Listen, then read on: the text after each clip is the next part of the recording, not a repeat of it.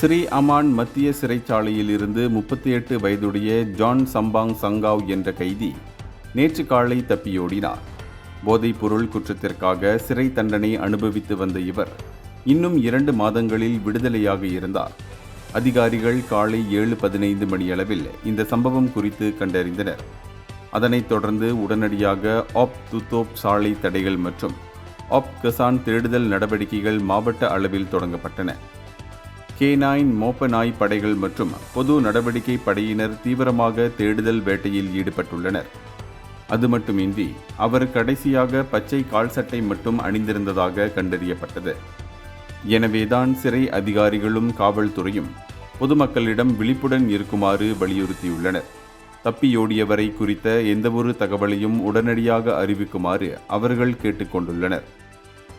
இந்தியர்களின் இதய குரல் மக்களோசை.